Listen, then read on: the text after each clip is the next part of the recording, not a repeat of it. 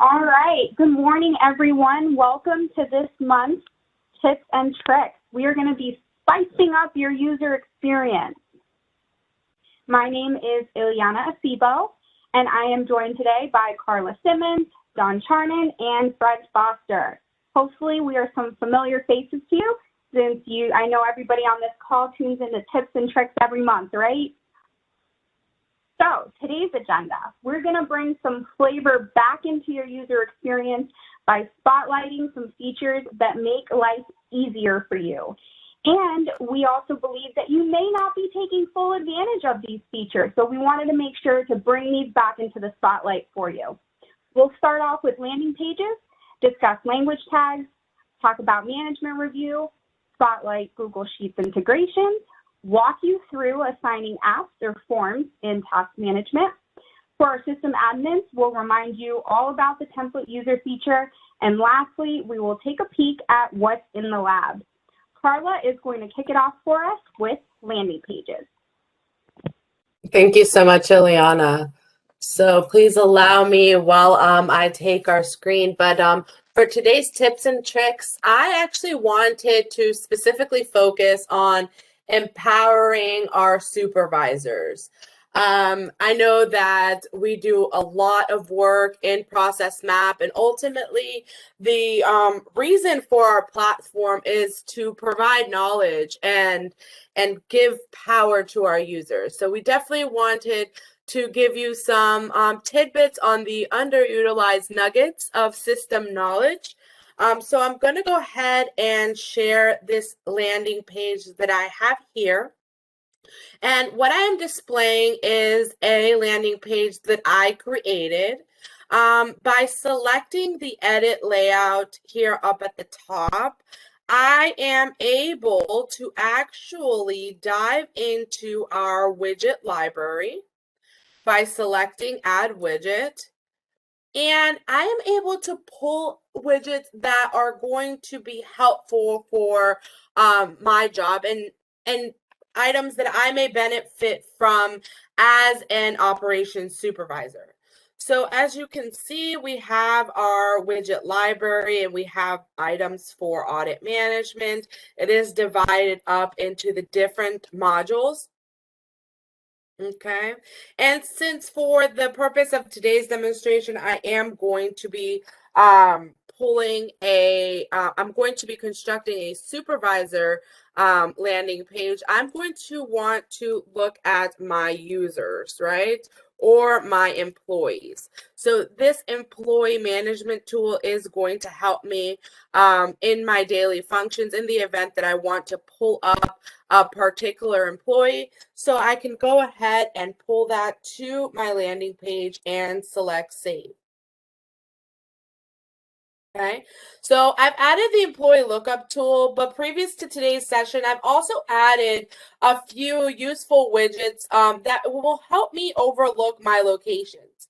I'm able later to roll up this data if I wanted to. Since I am a regional manager, I'm able to roll it up, and I can do so by simply selecting my region. So I'm going to go ahead and right now I'm at a location, but I am over the entire North America region. So by simply selecting this roll up, my landing page will now be able to look at my data from a higher level. Okay. So as you see there, what just happened, I clicked on my roll up and it went back to my default landing page. And I know that this is something that a lot of our users are struggling with or have a frustration with, that they would like to keep it set. So ladies and gentlemen, it's super easy to do that. We're able to select this caret here. This is going to expose all of the views we've created. And this should look familiar to us because that TNT supervisor view is what I named my previous view. I can select that.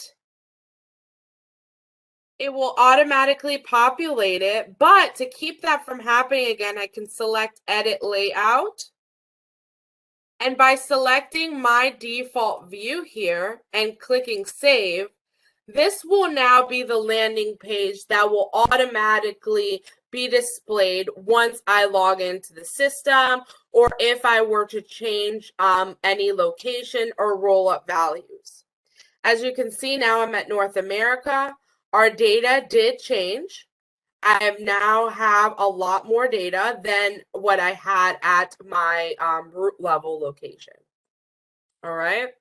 Not only are these widgets going to make my life easier, I can see my open action items by status.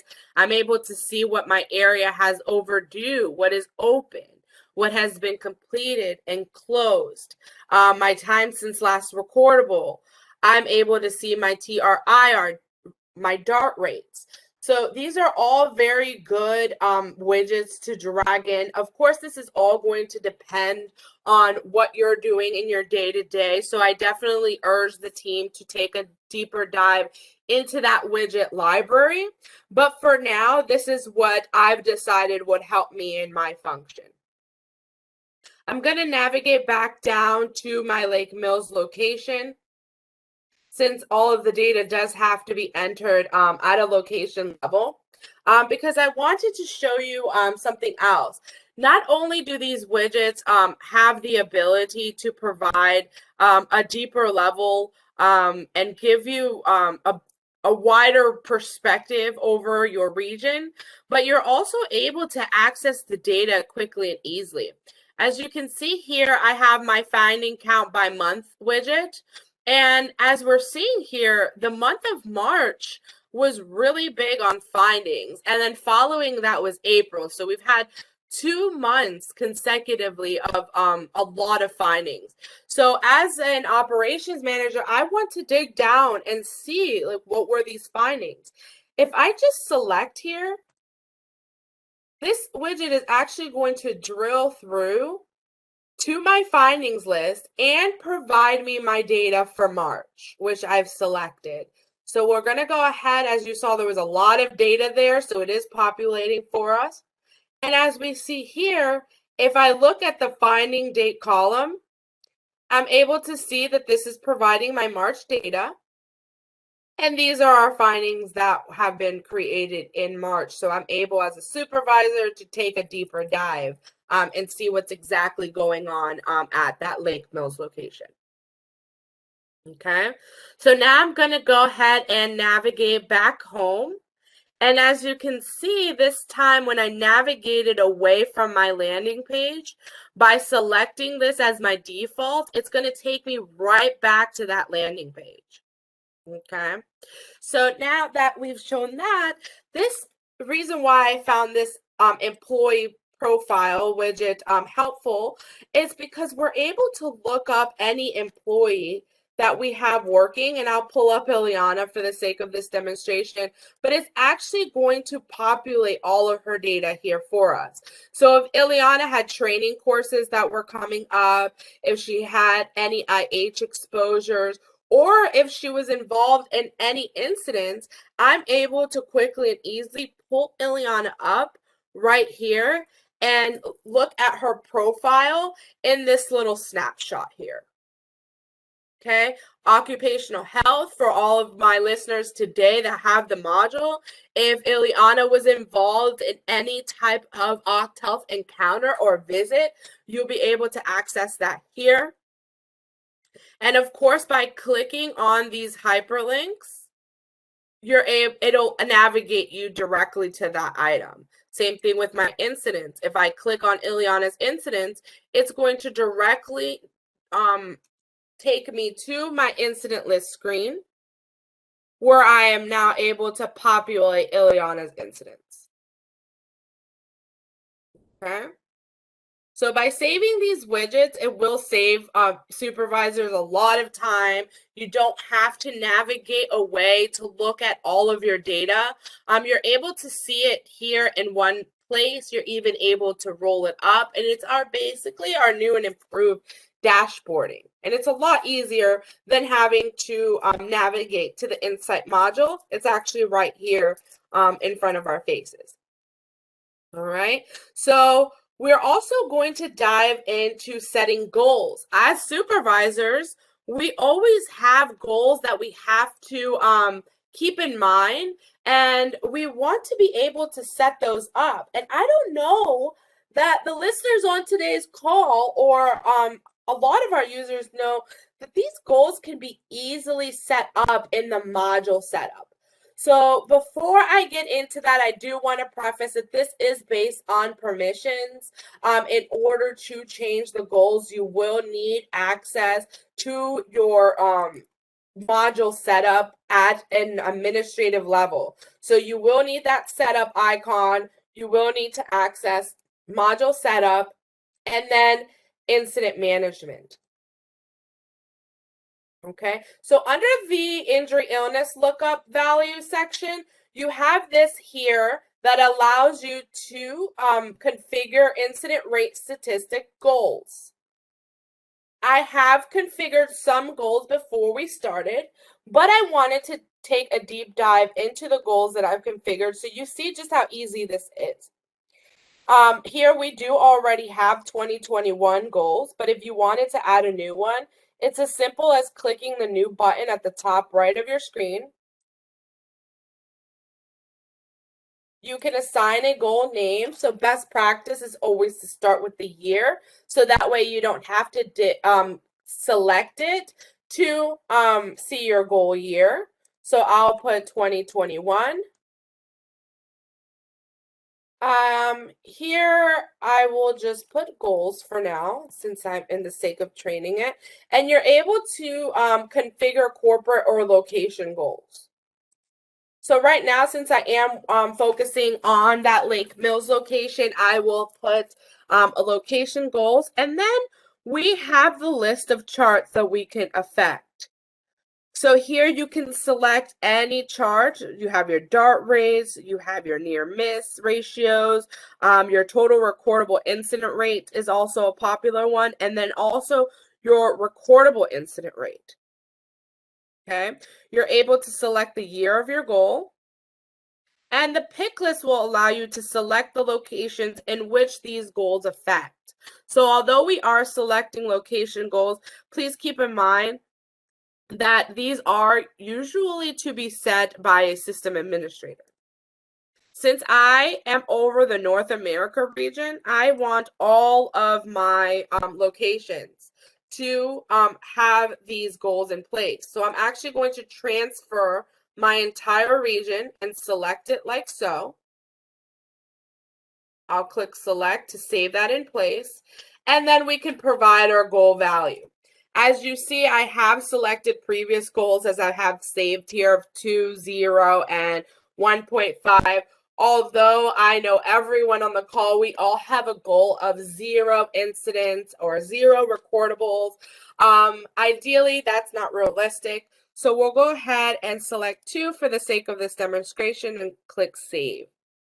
If you do have a goal that's already in place for that same year and chart, the system will not allow you to resave it. It'll actually let you know that there's already another goal already in place.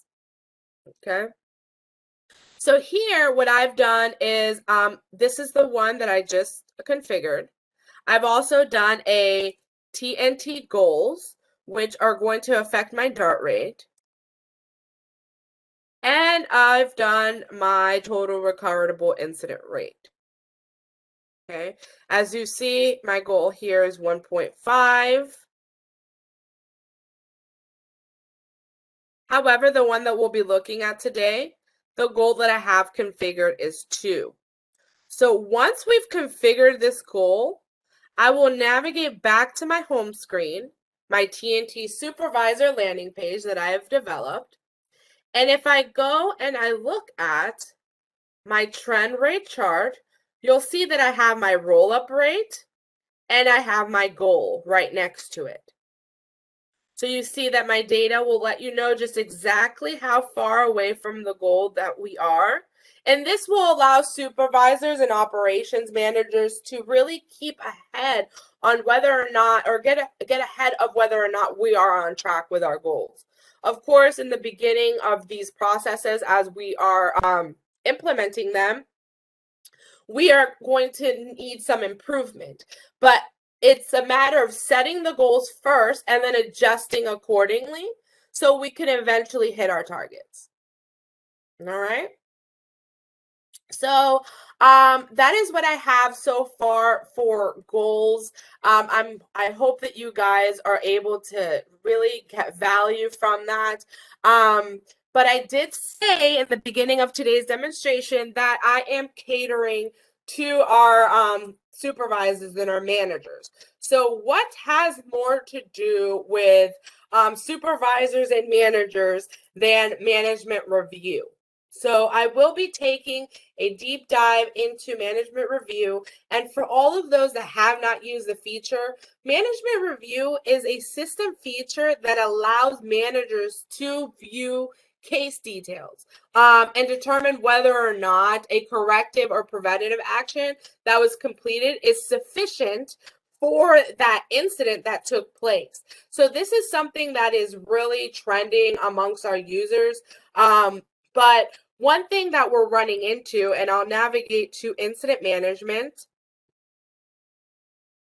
and I'm going to manage incident reports because I'm going to select an incident that I have submitted before this session in order to do management review. But a lot of the feedback that we get is either users not being able to access the management review from their incident, or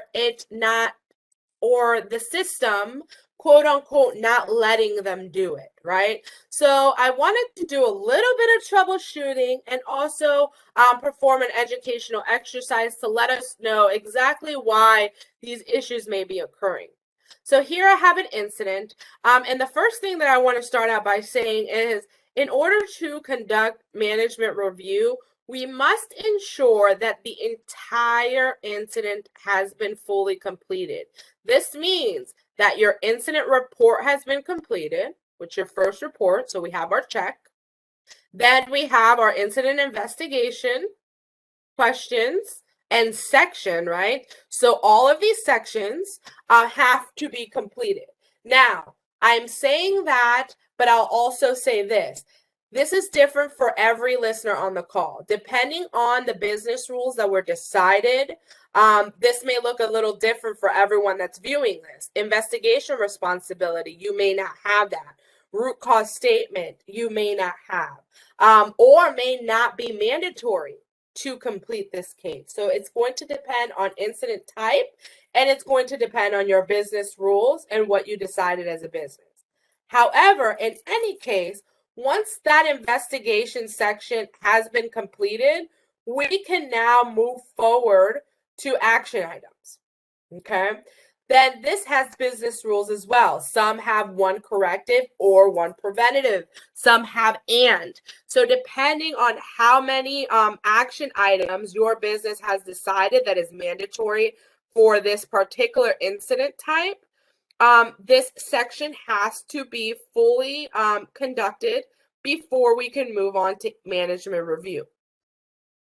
Now we're here at management review, and if you get the check marks, all of your check marks, if you have the permission, you should see an edit button.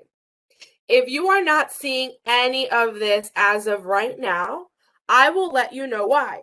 And this is because management review has two set permissions.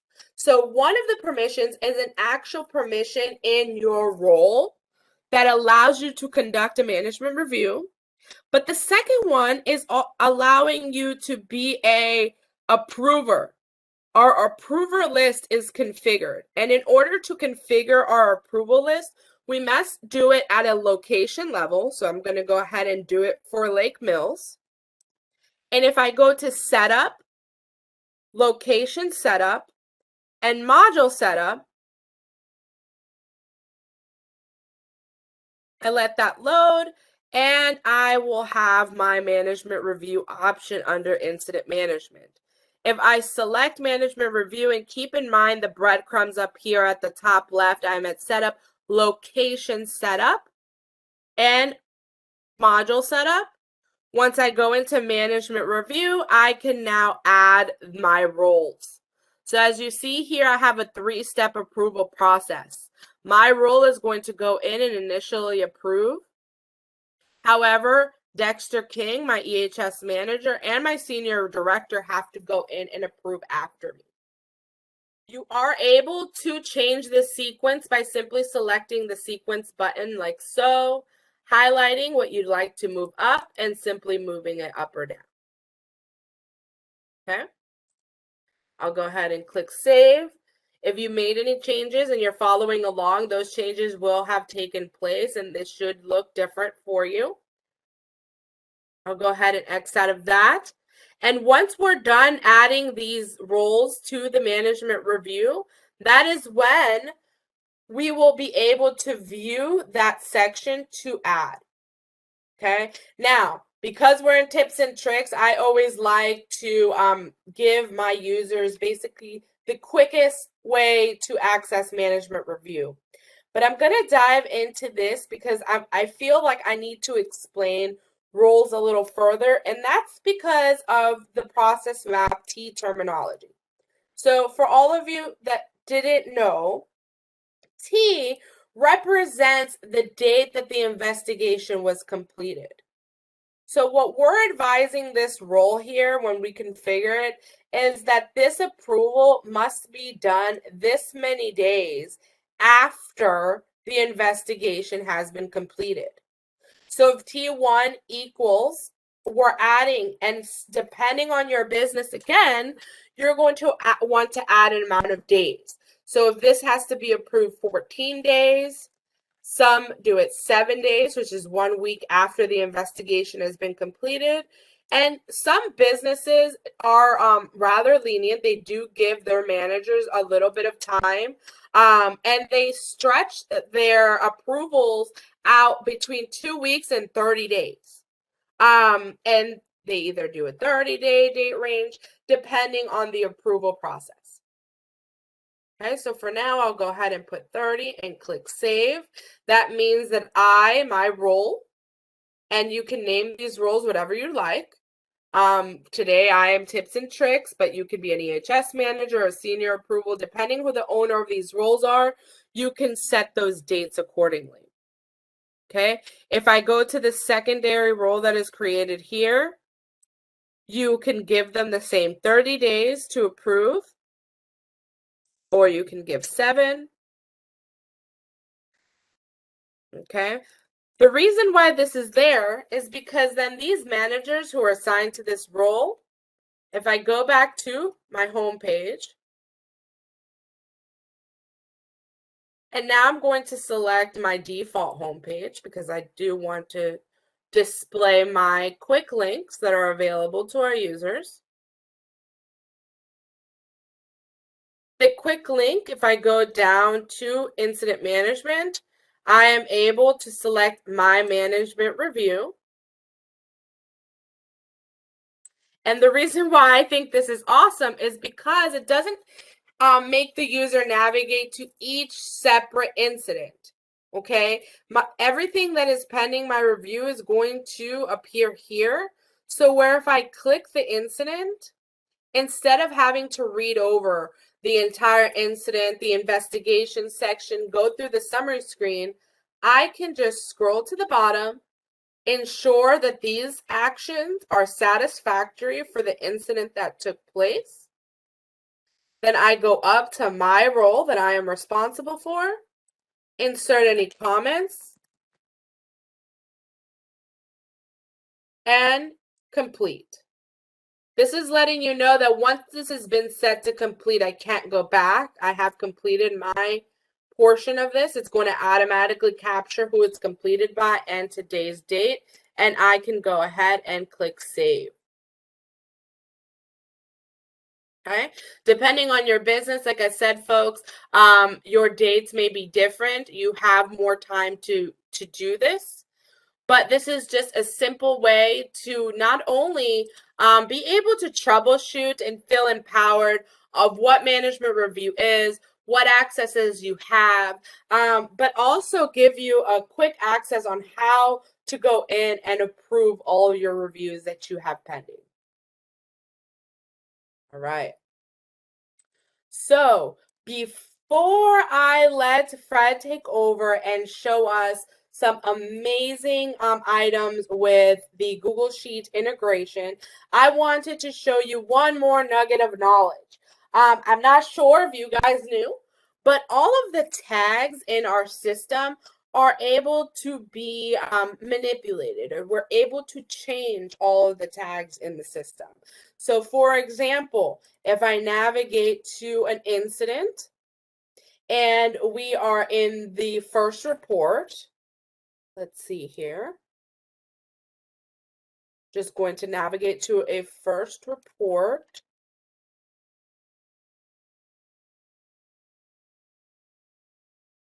Carla, before you pitch it over to Fred, do you mind going over the goal setup one more time?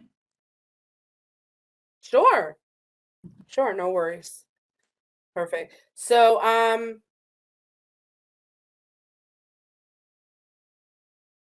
going to go ahead and click on this incident.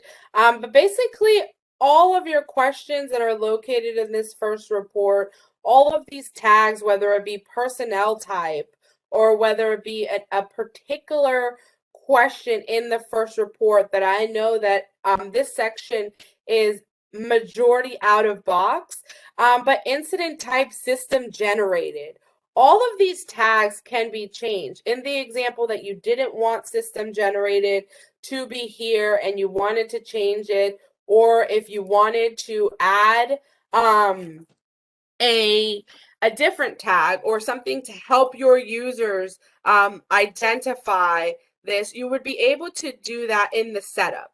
So again, folks, this is for our system admins of the system. This is only going to work if you have those permissions available to you.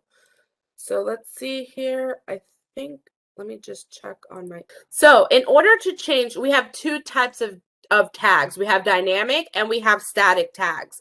And in order to reach our tags, we can go to setup, system setup, and you'll see that we have language tags, dynamic, static tags, but this is tips and tricks. I'm going to show you the easiest way to access your tags, and that is by using these two beta sections here. So if we go to dynamic, our dynamic tags are the ones that you're going to see in many places throughout the system, right? And then we also have static tags that stay put at that particular page. In order to change a tag, you would simply go here, and keep in mind the breadcrumbs are right here at the top for your reference. Click on that search button or icon, and you can search any tag that it's in our system. Okay, so here, if we go incident title, just click incident. You're able to see anywhere the word incident is in our system. I like to further filter by putting the module that I'm looking for that tag in. And then you could even search the field or the screen that it's on. However, just by selecting the module and typing in whatever tag you'd like, you could even copy and paste it directly from the system. You are able to edit this tag here and click save, and it will change that tag for you. Okay, so it will be a little tricky in the beginning to see which ones are static and which ones are dynamic. That took me a little bit of time. You get used to it the more and more that you're in the system, but by navigating either to this dynamic or the static, you'll have the same functionality so long as you go through that beta function that gives you that search function to just be able to select the text. All right. So before I dive into, or I let Fred dive into the Google Sheets integration, I'm going to go ahead and cover that goals once again. So basically, to add our goals, we're going to go to setup. We're going to go to module setup, and the goals are located in incident management. And this is what we're looking for here, the injury illness lookup values section. Fun fact, since this is tips and tricks, what I like to do is click Control F and type in goals, and that's going to highlight it for me as you see there. We do that all the time. But in the event that you wanted to look for it, it is under the injury illness lookup values. And it's incident rate statistics. We can go ahead and select it. And here we have goals. I have goals all the way back to 2013. So this is all going to depend on where you want to see your data. So right now I'm looking at data for 2020 and 2021. Okay. So my my 2021 TNT goals, I did by location, and the chart that I selected was my DART rate. Okay, my goal year was 2021. And then I'm able to select the locations where this goal is going to reflect. So by clicking on the pick list, it's going to give you your organizational structure. Depending on how many structures you have, your 0 levels here. So you can click whichever structure, and then you can narrow down by level. So it can actually pinpoint the exact locations, right? So I've already moved my entire region over.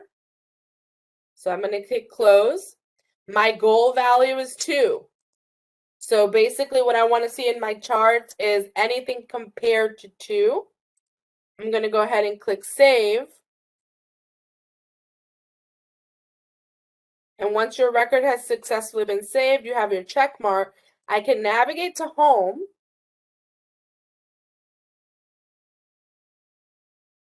And if I pull my rate trend widget, it will compare my rates with my goal. And by hovering or highlighting goal, it will highlight goal. And if I hover over roll up rates, it will highlight my rate. And you're able to compare how far you are away from your goal.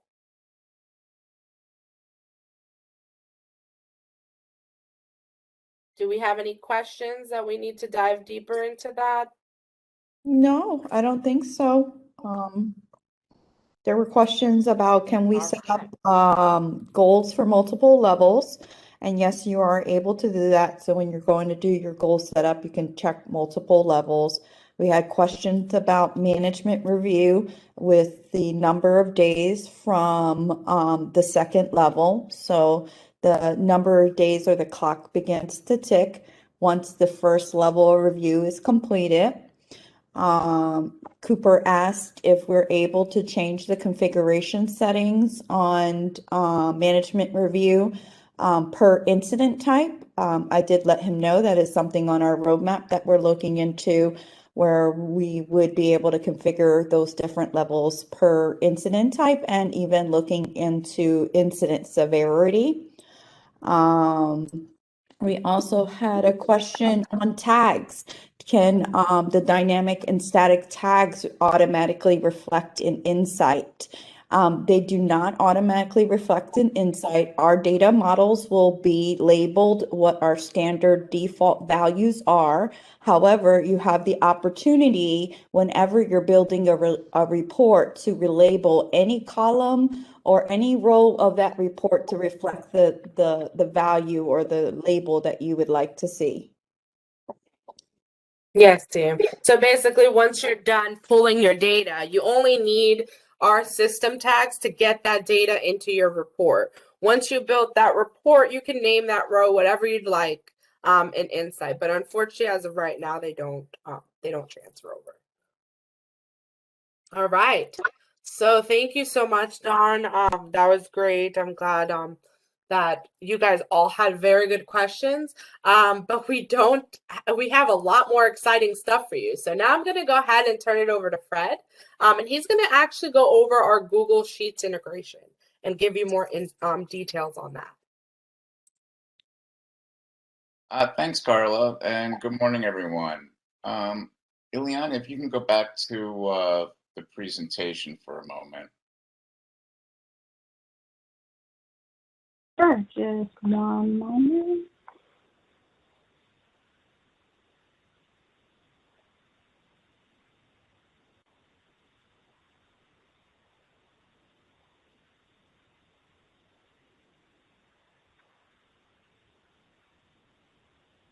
feature that I'm going to be going over, we added this past fall in version 20.2, and it's an integration with Google Sheets. Previously, if you wanted to do an export of any of the list screens, when you clicked on the export button, it downloaded the data from your list screen into a Excel spreadsheet.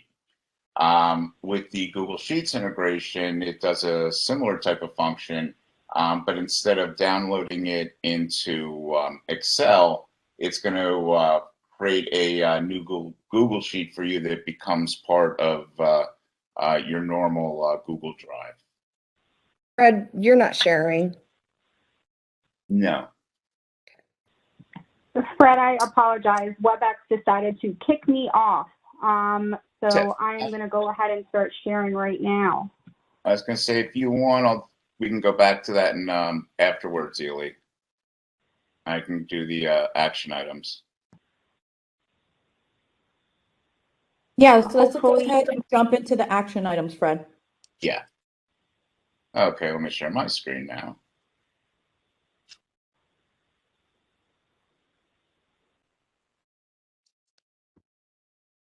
Okay, everyone should see my screen.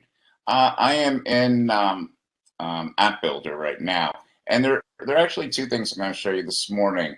The first one is closing an action item from within an App Builder app, and then the second one is sort of the reverse of that, where we're going to complete an App Builder form from within an action item. So starting off with App Builder, I have a very simple form here, and I'm just going to do an entry on it, and I'm going to create an action item. So this will be for tips and tricks.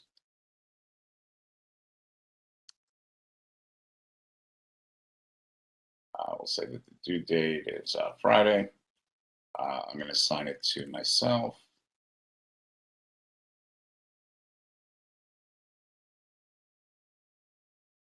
And I'm not going to set it up where I require verification. So basically, I'm creating a very simple action item here. I'll save that. So we now have the action item there, and I can do any other parts of the form that I need to. Once I have that done, I'm just going to hit save.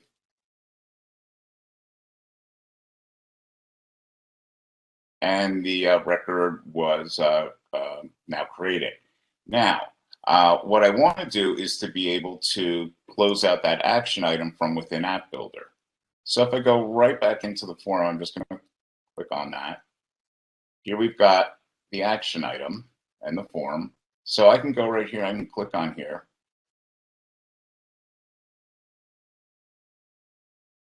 And it's going to bring up the action item. You can see all the details of it here.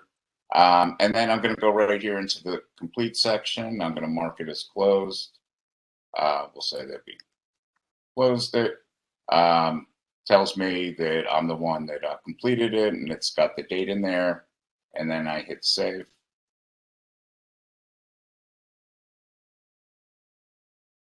And now the action item from that form is now closed. I can just hit save. And what this is doing, if somebody's in App Builder and they need to close out an action item, they can do it right from within the form. They don't have to go up to the calendar, look for their action item, and close it there. So it's really just giving you another option, another easier way for users to be able to close out action items when they might be spending most of their time in App Builder. Now, sort of the opposite of that is to be able to complete an App Builder form within an action item. So what I'm going to do is we're going to create a task. I'm going to go to Modules, and I'm going to go to Task Management. And I'm going to go right here, Create Task. And one thing I do want to point out, the feature that I'm showing you now, there is a setting that our technical team does need to turn on to have this feature enabled. So if this is something that is of interest to you, please open a support ticket requesting that the technical team turn the feature on. So here I am. I'm going to create a new task, and we'll call this Tips and Tricks task. The action item category is going to be, I'm going to just keep it consistent, it's going to be my Tips and Tricks app. For action item drivers, you can select an appropriate driver there. Description. Now this field right here, module reference, is really the key to all of this. So I'm going to go here, and I'm first going to select apps. And then right here in the search bar, this is going to list all the apps, App Builder apps that are in your system. I'm going to select Fred May Tips and Tricks. I can set a priority level for the action item here. If it was a reoccurring item, you can set up the reoccurrence. We will put in an action item due date. I'll say that the due date is the 29th. It was assigned by myself. I'm going to assign it to an owner. I'll assign it back to myself, process map admin. We don't need to notify the owners immediately. One thing to keep in mind, I'm creating this action item in task management. And remember, when you create action items in task management, they initially are in approval status of draft. So you do want to change the approval status to enabled so that this action item does appear in the calendar. If it's still in draft status, it's not going to appear in the calendar. So now that I have all that information in, I'm just going to hit save. And it tells me here that my action item and task has been created.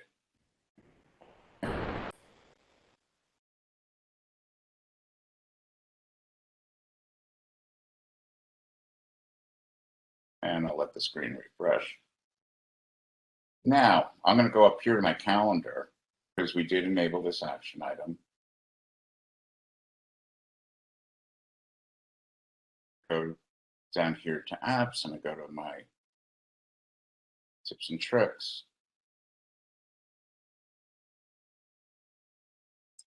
You'll see any apps that were created or any action items that were created through Tips and Tricks.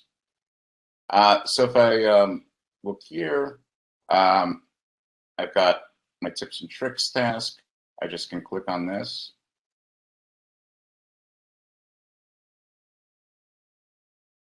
And you'll see now when I'm in the complete section, there's a new field that says complete form. If I click on complete form, what it's basically going to do is going to launch my App Builder app. So here, this was the Tips and Tricks app that I showed you a moment ago.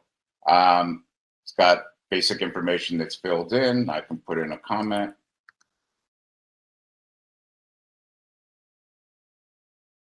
Add a status to this if I wish. And then I just hit save.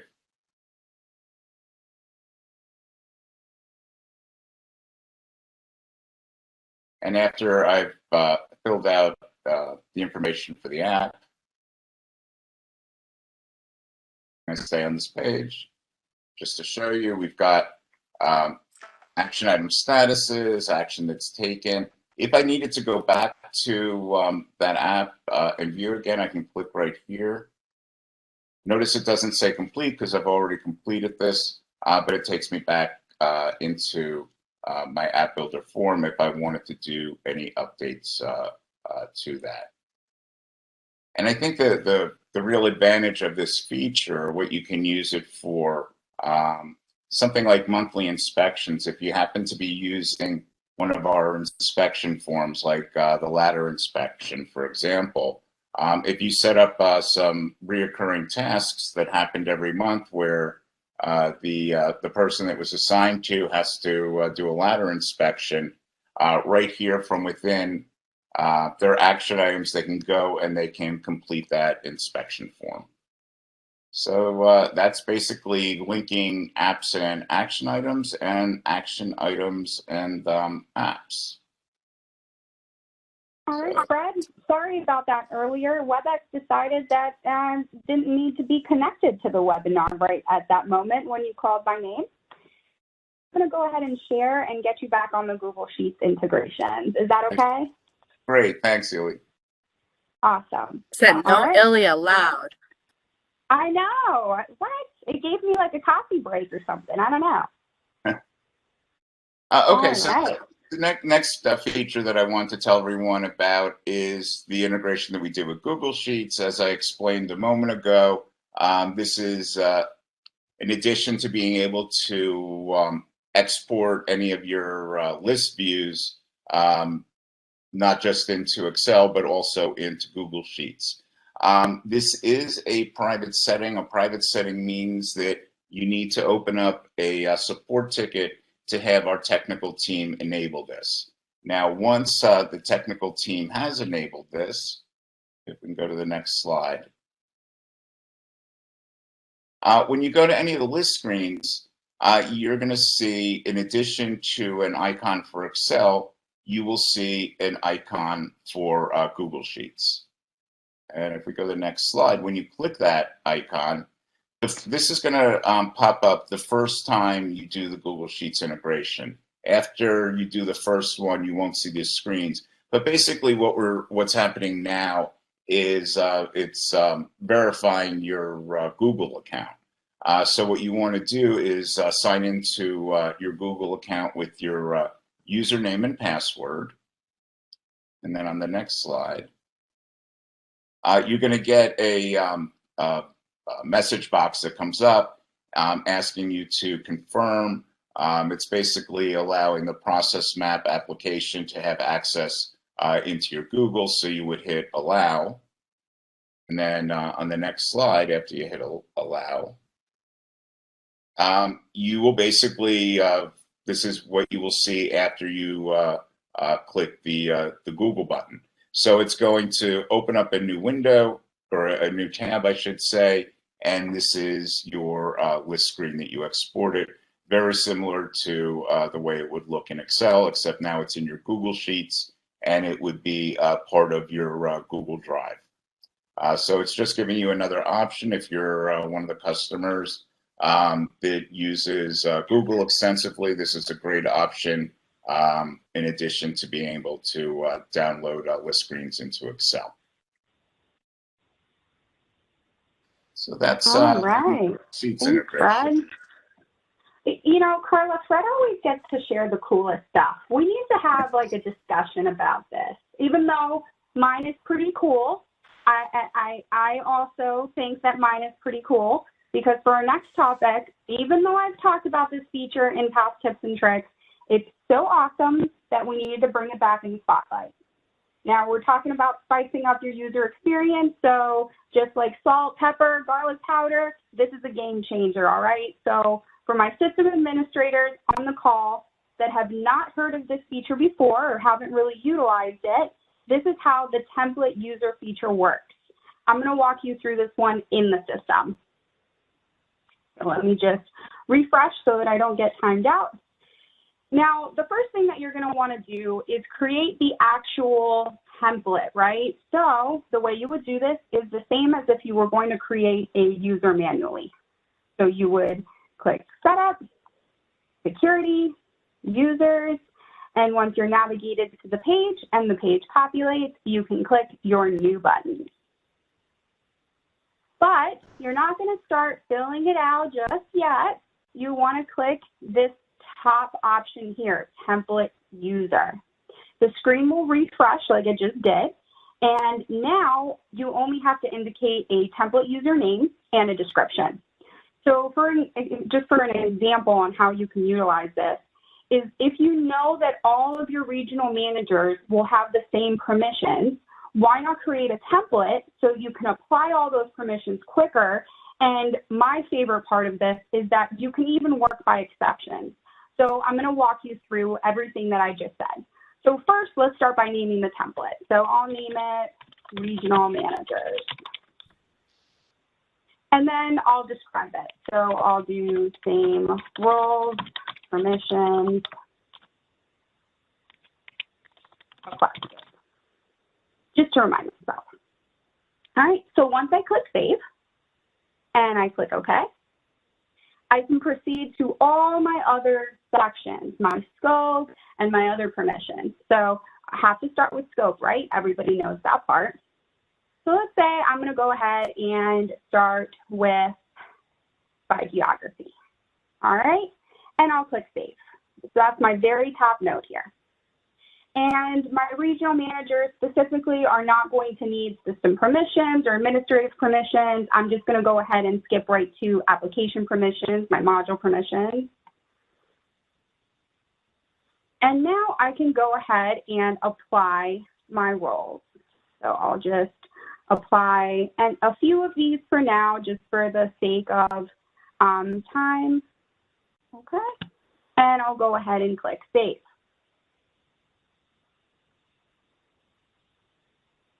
So now my template, my user template, I should say, is ready to use. So let me show you how this works when you go to create an actual user of the system. I'll go ahead and close out. And like I regularly would, I would click New. And I would start by filling out all the information required. So I would put Miss. And sticking with the theme of spice, let's go with Sriracha. Hopefully I will spell it correctly, Miss Sarah Sriracha's name. Although you can never spell correctly when you're presenting, right?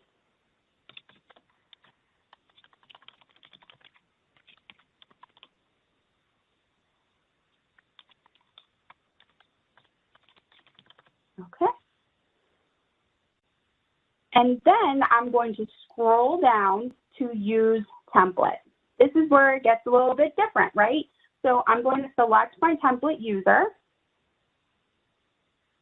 In this case, I created regional managers, and then I can choose what I want to copy over. Now, one caveat is you do need to choose scope, of course, because everybody has to have scope in order for you to apply any of those other permissions, right?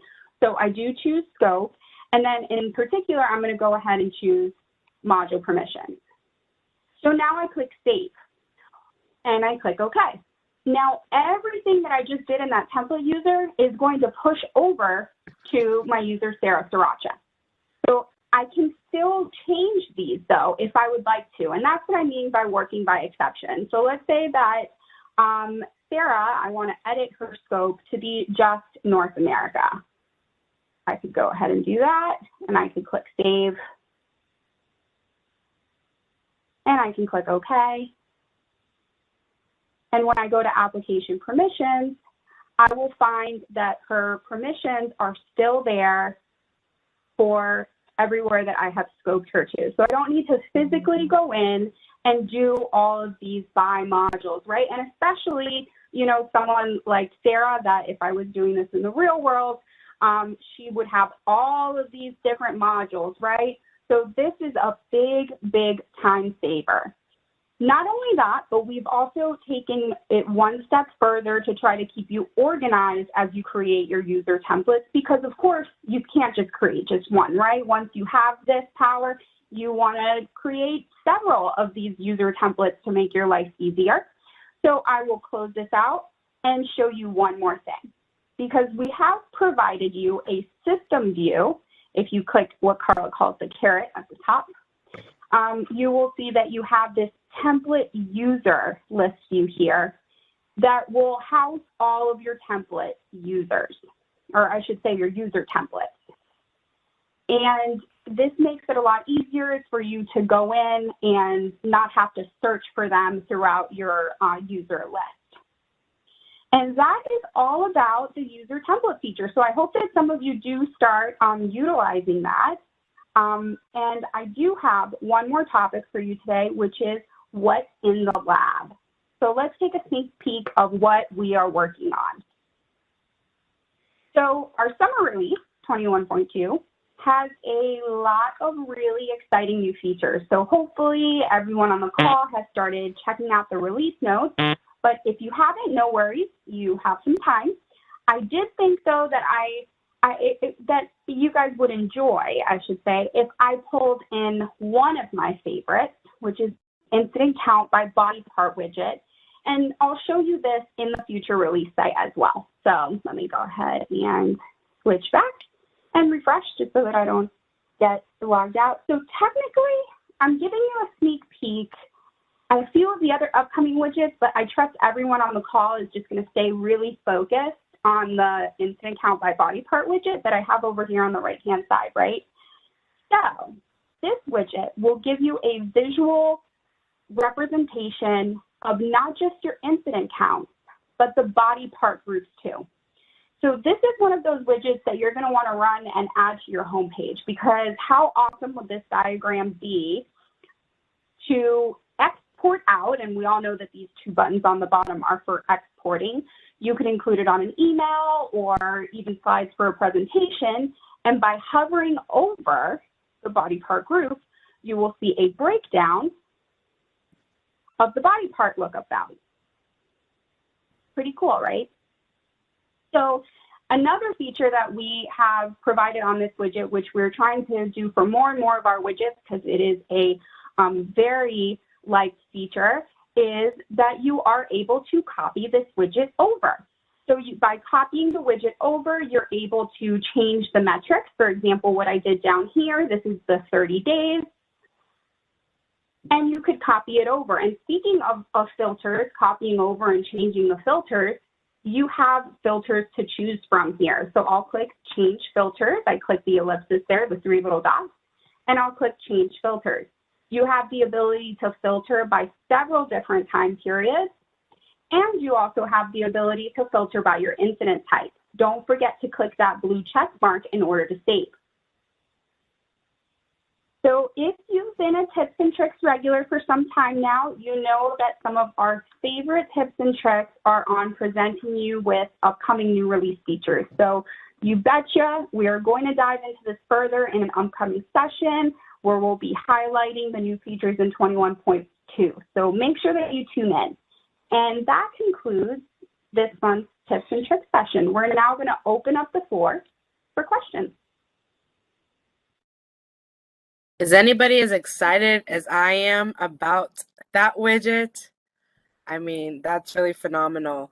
Thank you to the product management team, because that's been an ask. I know a lot of our customers are thrilled to have it come to life in the next release. So I can't wait to be able to display it to you guys in an upcoming session.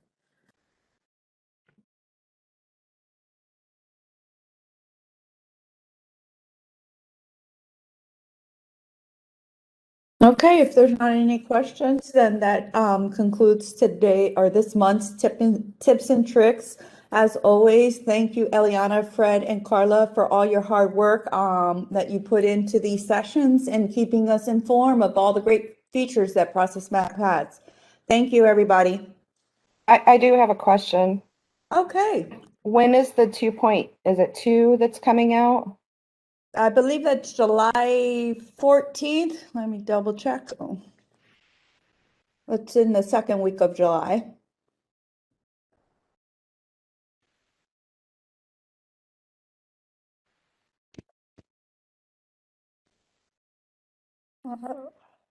Calendar.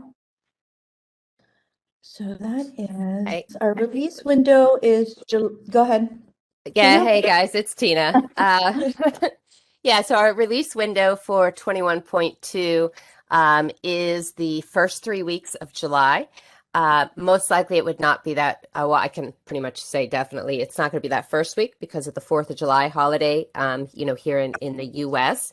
So it would be the second or the third week of July. And as we get through UAT, there will be an announcement then of, which week within the release window that 21.2 will go live. But you can expect it the second or third week of July. Thank you. Okay, well, thank you, everybody, and you have a wonderful day.